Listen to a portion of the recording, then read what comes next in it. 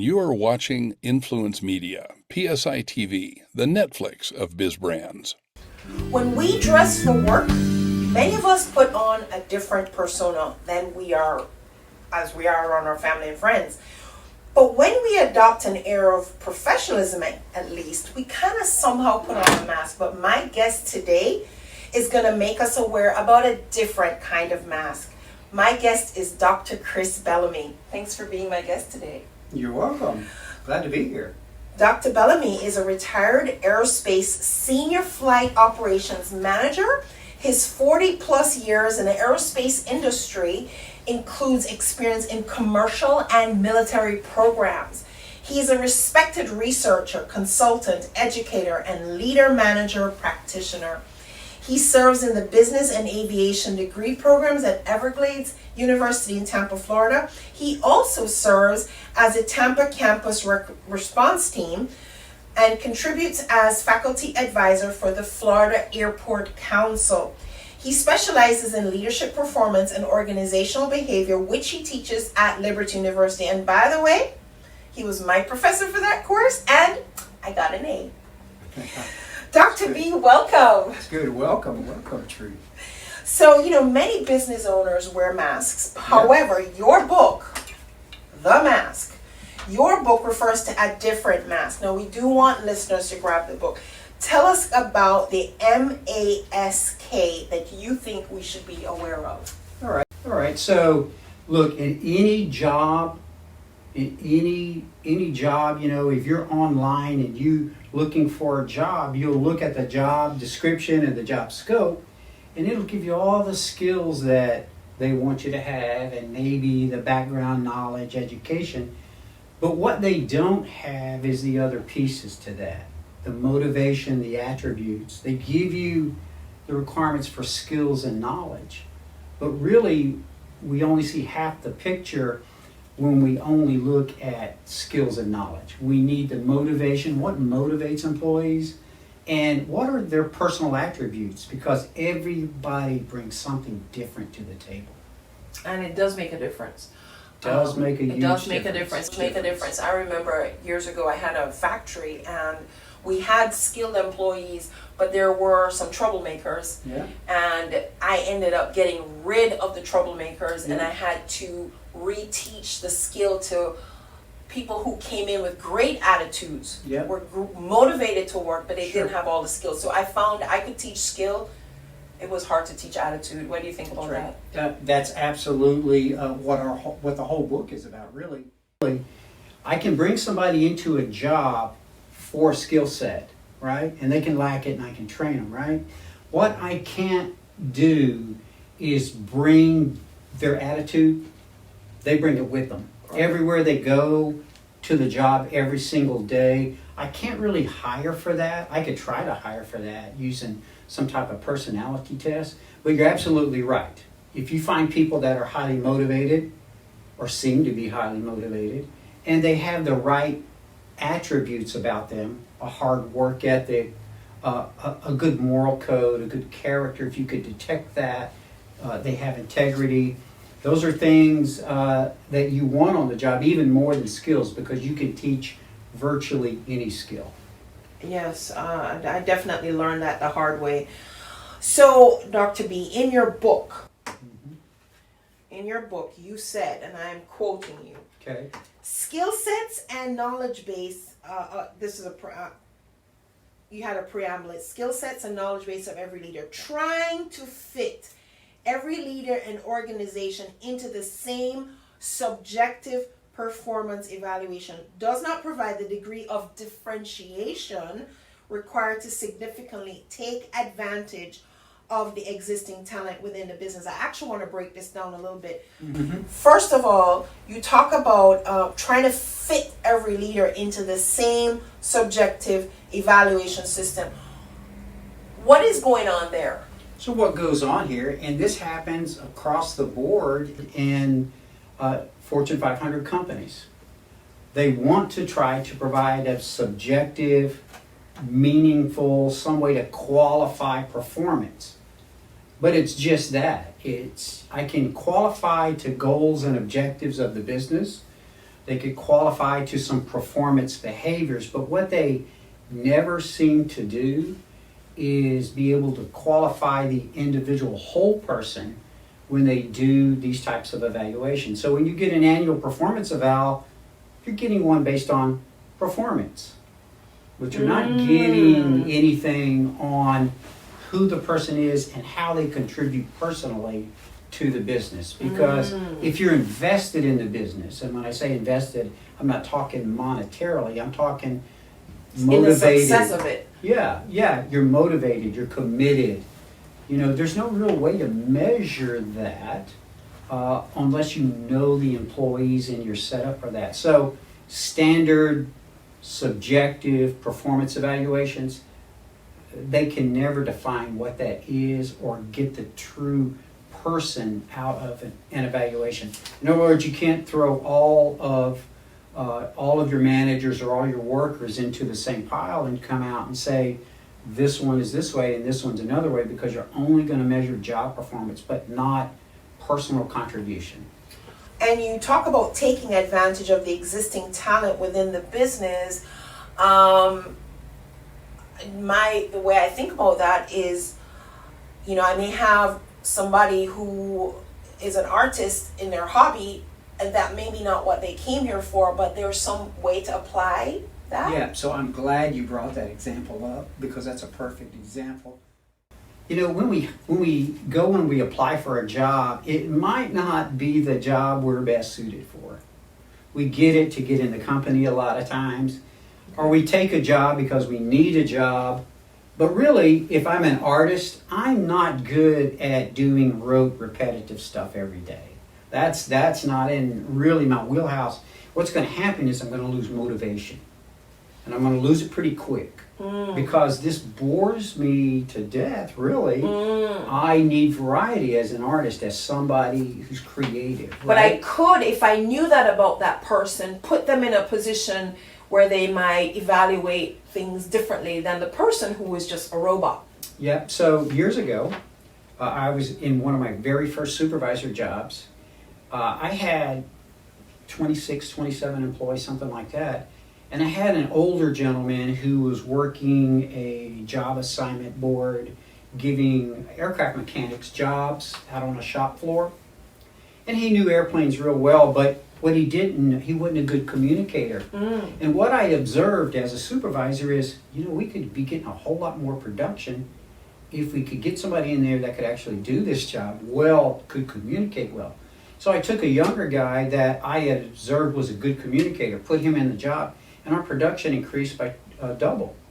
And I said, it's getting the right person in the right job with the right skill set is what makes production in a job. It also creates job satisfaction for that employee. Can also create some rift where people feel, you know, if they're accustomed to the old way of, because I've been here, I deserve this position. Yeah. So it takes a certain type of leadership to really manage an environment like that, and to create a culture of trying to get the best fit versus just moving people up because they've been there so long. Yeah, you always work as a leader off a model of continuous improvement. And that's what you constantly communicate to your team, right? And when you make changes, you do it with that motivation of continuous improvement of the entire team. Somebody that stays in the same job for years and years is not constantly improving. They probably have skills that are not ever tapped because they've been in the same job for a long time. I think that helps us to get an idea of how to take advantage of existing talent in the company. So Dr. B, you've worked with large organizations. Yep. Large organizations. I think Boeing, you said, was one of them. Yeah, so large organizations. Those bigger universities, things like that, they tend to value the use of data and making data-driven decisions. My audience tends to be smaller business, or solopreneurs sometimes. Sure. And I'm finding, anecdotally, because I haven't done the research on that particular group, but I'm finding more and more, and especially because I'm doing my doctoral research and leadership competence, I'm finding that a lot of these organizations are not the small ones using any kind of data to make driven decisions. I think when I was taking your course, there was something from Mark Twain, and he said business leaders are using data the same way drunks use light posts, more for illumination than for support. So help us to kind of make a case for these smaller businesses to rethink the value and using data in a way that almost makes it imperative that they really start to implement use of data. Trudy, you got to understand, data's all around us. We live now, and we're fortunate to live in this time, really. We live in a data max type environment right now. Data's all around us.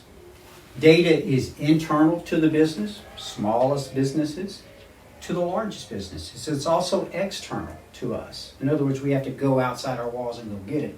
What are some of the internal data that businesses don't, really pay close attention to? Well, one of the things I always say is, have you ever measured inventory turn in a small business? And that means something different for a small business than it does a large business. If you're Walmart, inventory turn is pulling a can of beans off the shelf, taking it to the cash register. As soon as you scan it, it automatically uploads data to their main warehouse to restock the shelf for inventory. They have a minimum inventory. But how does that apply in terms of a small business? And remember, inventory turn is the term I use, but it means it's termed differently for different businesses, right? So in a small business, it might be how many customers walk through my door every day? How many customers buy certain products over a week, over a month, over a year? It's, how much service is generated by certain advertising. That's all internal. And a lot of small businesses, and that's just a small piece. There's a whole lot of other things that small businesses just don't pay close attention to, but they could be, and it's free to them. They just don't measure it.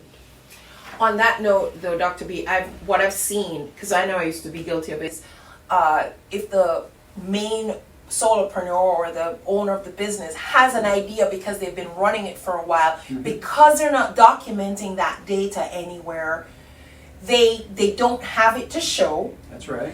So if they want to get a loan or something, they don't have it documented. They can't bring in another person to take over some of these menial or lower level jobs because they know everything and they've documented nothing. Yeah. So this is where, ladies and gentlemen, if you're listening, really, if you're not creating some kind of database, and as Dr. B is pointing out, some of the most basic, like the turn of your inventory, if you don't even know what that is or it's written down for somebody else to do it, you're really locking yourself up into a situation. We'll probably talk about this a little bit more as we're talking today, but today we're fortunate in this information age we live in. There is a lot of software out there that can do all of that for you. But they have to buy the software. And that's another thing, Dr. B, because if they are not of the mindset that data matters and that they should be documenting this data, they may not see the value in buying the software, and it's so important. It's so important. Microsoft Excel can automate a lot of tasks for people. And the interesting thing is every time Microsoft updates Excel and their database access programs, it gets the latest version that automates even more. So the key is if you're using it and you're using the formulas in Excel, and it might take a small course or a book or a few tutorials to get up to speed on that, but if you're doing that, you can auto-generate a lot of this data. So I think the average business owner would be familiar with the profit and loss or the balance sheet. We're kind of alluding to this right now, but what other types of data do you think the average business should set up systems to collect for analysis later? Yeah, just like we were just talking about, there are a lot of programs out there right now. Most of them are paid, but some of them are very small. Cost $6 a month and this kind of thing, right? It's not, you're not paying $100 a month.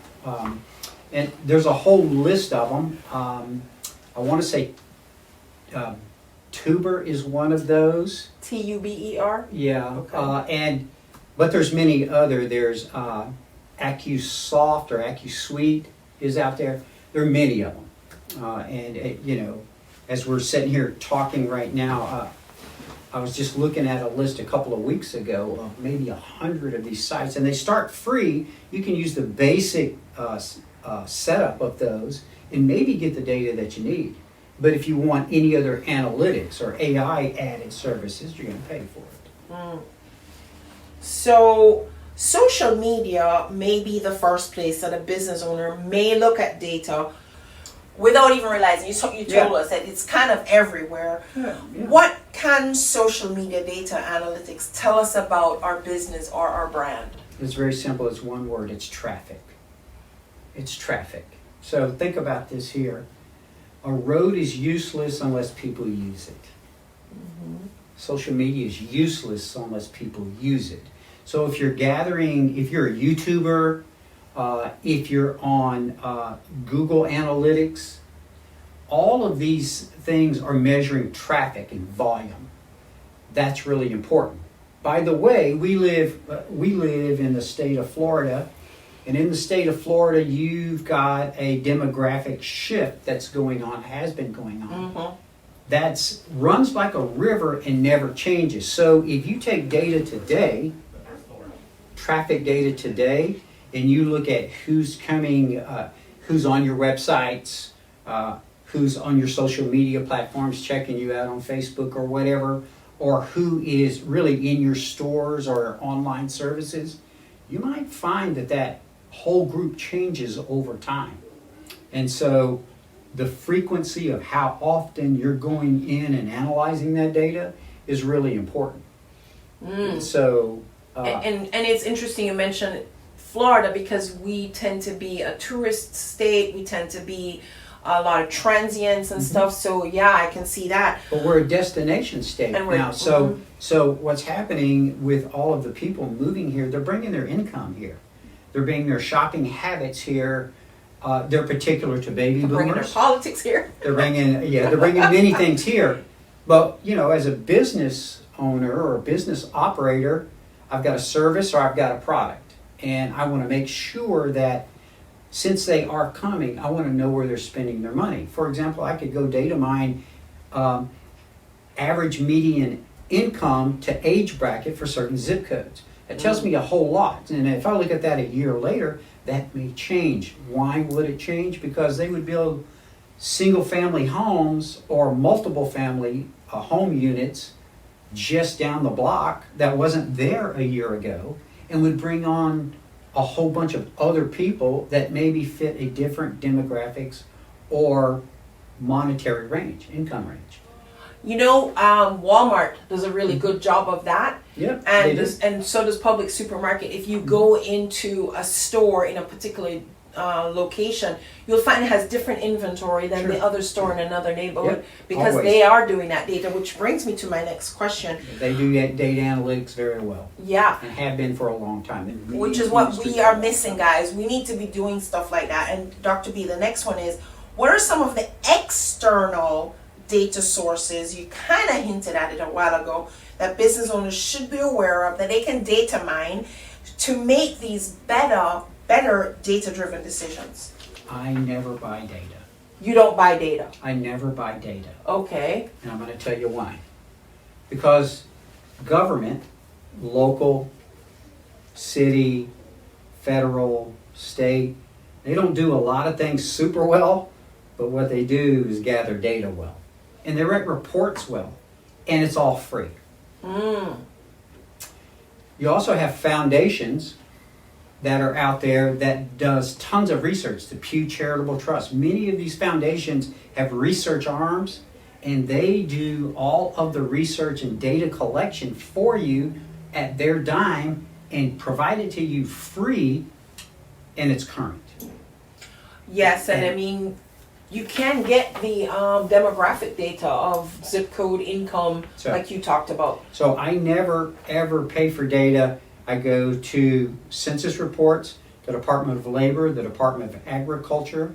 If you've never been on the Department of Agriculture website and look at the various data that's there. All of these websites and all of these major departments, just out of the White House by itself, has statistical arms now. And all of them do research and all of them provide you data. I was just looking at a report yesterday on economic data in the United States and how it's shifting. All that data is current and it's free. I mean, we pay people in government jobs every month to do their job, and their job is to gather data and publish that data, and that's what they do. And so somebody's paying for the data. I mean, we're paying for it tax-wise, right? But it's free to us to download. So I never pay for the data. I always mine that data through other sources. But once again, let me just reiterate, guys, you really should be collecting data not only internally for what your business is doing, like Dr. B said, how many people are walking through your door, what are they buying. The data is going to shift. It's going to change with time. We should be always analyzing on a regular basis, and we should be accessing external sources, which good ones are available for us for free. If I could caveat that a little bit, Trudy, don't gather data you don't need. What happens to a lot of Fortune 500 companies, they pay these data quants to go gather data, and they gather volumes of data, but leaders in the company to make decisions with that data only need a small portion of that. So gather only what you need that you can use, otherwise you're going to be wasting your time and your database really storing that. I want to remind you guys, I bought this book, The Hiring for Skills and Knowledge. I learned the hard way that that's not good enough. You really do want to find out what motivates. In fact, another leader friend of mine, she wanted to acknowledge a very good worker, and she thought that by giving her a new title and more money was going to be the way to acknowledge her good work. And she received it. She was like, it wasn't a big deal. Because she didn't understand She the didn't employee. understand the employee. That's right. And once she realized that there's one particular aspect of her work, of the job, that she wished she could have been a part of. It didn't even require more money, just required a department shift. That's right. And once she learned that about her and shifted her, the woman lit up like a Christmas tree. Motivation. She was more engaged, Yeah. and she felt heard, acknowledged. She felt like she really saw her. Yeah. So guys, listen, the M.A.S.K, the motives, attributes, skills, and knowledge it takes to lead a global business. That's what we're building. At least I hope you are. Because, and it's not just manage a global business, lead it. There's a big difference between leading and managing. And I'm talking to the leaders here today, but even managers can be good leaders. So take that into mind and get the book, The M.A.S.K by Dr. Chris Bellamy. Now, Dr. Bellamy, is there anything else that you'd like to share? Here's what I want to say to all managers out there, especially if your company's hiring for just skills and knowledge. Go find out at the interview who you've got sitting across the table from you. Go find out what their work ethic is. Ask those probing questions. I know you might have the structured interview question set, but go out there and extend and find out who is it that's across the table from you, what they like, what motivates them, what their ethical cord or compass is, right? Because when you find out those things, those are the things they're bringing to work every single day with them, everywhere they go, and that's what you're going to have as an employee. I can hire for skills and train people, but I can't hire for those things. You bring up another point, and I was going to ask another question, Dr. B. When you're talking about looking at their integrity and the things like that, there's so many companies that have gone under because of things that people have done. They've stolen data, they've, sold information to another company, and, it happens when you bring these people in. But the other thing is the culture of the organization can sometimes get toxic, because you don't know these other aspects of the people. And so I really want to encourage you leaders to go beyond what the resume says and ask those probing questions How do you ask an integrity question? That would be an interesting one. How do you? So how I've typically done this in the past is, what do you think about, somebody taking home maybe, a pencil every single day, and then before they know it, about a year, they've got like 100 pencils at their house with the company logo on it, or pens or whatever, right? Or the Post-it notes or anything like that. What do you think about that? And you can learn a lot about a person from asking an innocent question like that. Well, let's break the question down. The question would be, I'm asking a question about stealing. Yeah. Which is prevalent in a lot of businesses today. It's one of their biggest loss factors in a business today, right? We say, well, it's only a pen. It's only a pen for you if you've taken 5 this year, and I've got 2,000 employees and they've taken 5. It adds up to real money, right? So you find out, oh, it's okay, it's a minor thing. People that have a real good moral and ethical compass would say, I would never do that. Right. I would put it back. Right. If I found it, I would bring it back if I took it home accidentally. Right. A lot of people, you would find that. Those people are harder to find. I would also say this. If you don't detect those things in the job interview, and you hire the person and maybe their character's not right, and they don't kind of follow the script of do what's right, not what's wrong, right? And then you hire another one, well, that adds up. 1 and 1 makes 2, and 2 plus 1 makes 3. And what you find is culture erosion in your organization, Yep. right? And that's hard to turn around.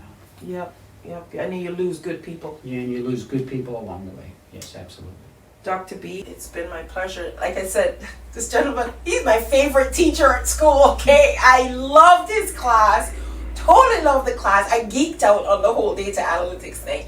So, so don't mind me. I love the data stuff, but I'm encouraging you to find it in yourself, to like it a little bit if you don't love it like I do, but you need it.